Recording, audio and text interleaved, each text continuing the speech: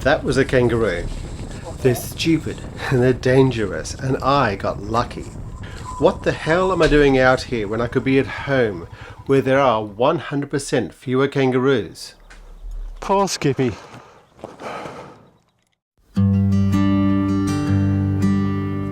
I was riding to my first Horizons Unlimited meeting. I'd ridden both the Pacific Motorway and the New England Highway many times.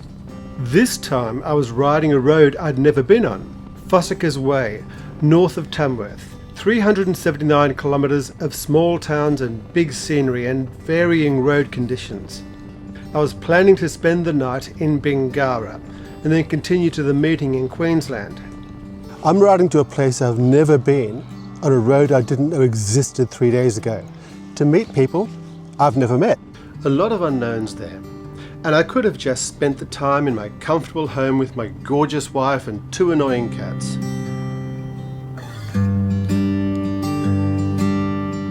The inside of a helmet is a strange place to spend time with yourself. I don't listen to music or podcasts when I'm riding. Instead, I think. And sometimes sing stupid songs. 8 bottles of wine hanging on the wall, and if 1 bottle of wine should accidentally fall and I drink it, there'll be 7 bottles of... Here I am, approaching the age of 60, in the same way that a motorcycle approaches a kangaroo on an outback road. The vast inside of my helmet had been resonating with the idea of a good life. And it's a funny question because what does good even mean anyway? I've been doing some reading, and most philosophers, it seems, land on 2 options. One version of a good life is a happy life. Pleasure, comfort, and lots of positive emotions. And the alternative, it seems, is a meaningful life. Purpose, belonging, making a difference. But there's a third option, a recent idea, that explains why I'm currently dodging suicidal wildlife in the middle of nowhere. In 2021, a couple of psychologists, Oishi and Westgate, proposed that a good life can be a rich life, full of experiences that change how you see the world. A life of doing stuff that challenges you, like, motorcycling, travelling to new places. I think of it as a life full of stories worth telling. But most of us don't live there. Most of us live closer to the other end, to the cave. The tendency to remain secluded in our safe spaces rather than venture outside. The COVID pandemic gave psychologists a name for something a lot of people feel: cave syndrome. People stay at home because it's safe. A Berkeley scholar noted, "This wasn't just a weekend of staying at home. This was almost 2 years of our lives, and we've now adjusted to this, and it's become our baseline." The cave, the home, is seductive precisely because it removes everything that can surprise you, challenge you, or can go wrong. It's easy for me to stay at home. Dalma's there. I've got my spot on the couch. It's safe. But it doesn't push you to have a big life. It pushes you to have a small one. So here I was, riding into the 3 unknowns: unknown road, unknown towns, and a lot of unknown people.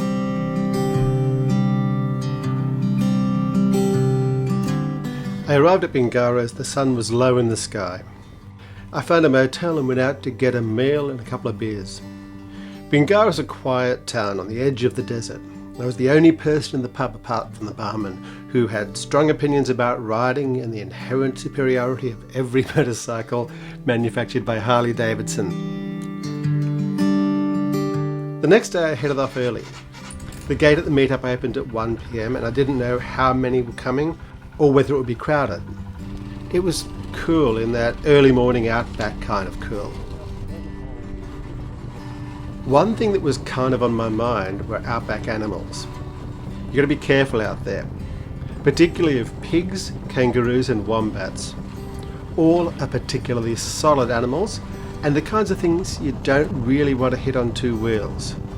First animal strikes in Australia It dawn is dusk, so it's probably a little late on the... Portentous words. And then this happened.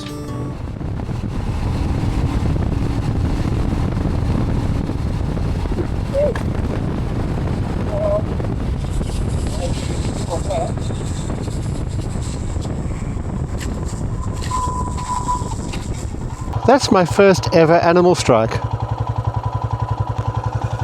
Check the bike. Oh, that's one thing that's come off. Except it just goes back in though.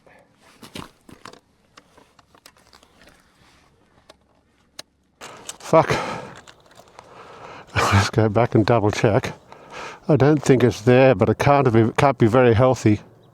I called Dalma. Hey! Just pulled over by the side of the road to tell you of a new experience. Okay, what happened? I hit a kangaroo. I'm fine, the bike is fine. Okay. It had a wobble and then got back where it's supposed to be. There's no damage to the bike, but I actually ran right over its back. Wow, so the kangaroo is... Dead. If it's a female, check the pouch. Ah, good point. I will go back. I haven't yet. Check the pouch, because if it has a joey, then I'll look up the nearest wire's phone number. Yeah. Can't leave the baby there if there is one. Yeah. Okay, I'm so sorry, honey. Oh, you it's okay? I'm fine. It was a bit of a shock. When I got there was no joey, and it was a small kangaroo, which is probably why I'd not dropped the bike. I headed back and fired up Billy. 5 minutes later, and then another 5 minutes. Can I please fucking stop running over animals? I was looking at the other pig and then, whoop, there's a fucking pig. Sorry, Billy, you're doing so well, mate. And I thought, this is why I ride 24 horsepower. Not because it's fast, but because it's fast enough so that when a roo jumps out, I'm not going to die.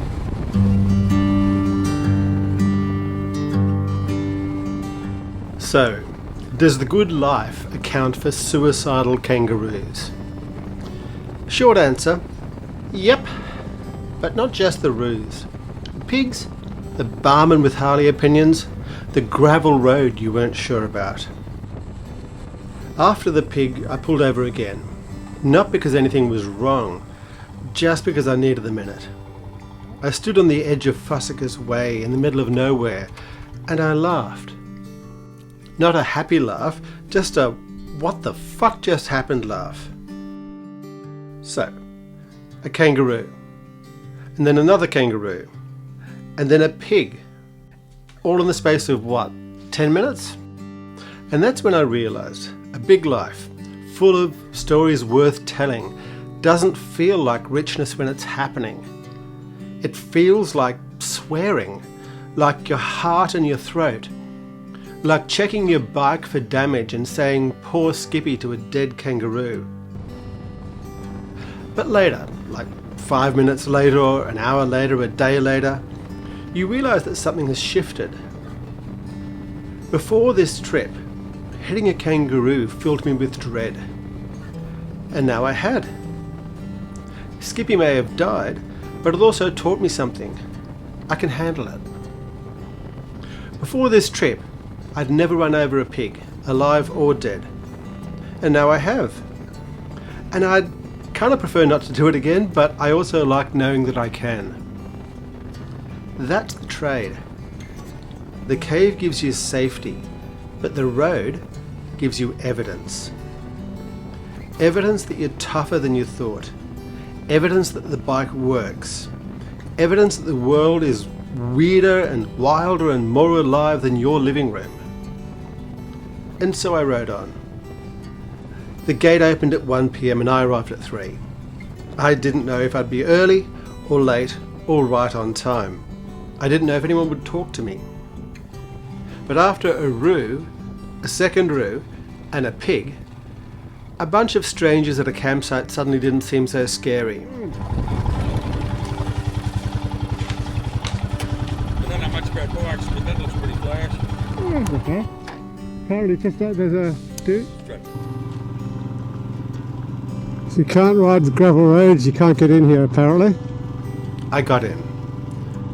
I didn't know anybody, I didn't know the layout, I didn't know where to put my tent. So I asked someone, and then someone else, and by the end of the day I'd had 3 conversations about routes I'd never heard of, breakdowns I hadn't yet experienced, and near misses that made my roo story sound like a Sunday lunch. That's the thing about a life of stories. It doesn't just happen to you on your own. It pulls you towards people who've also chosen the road over the cave.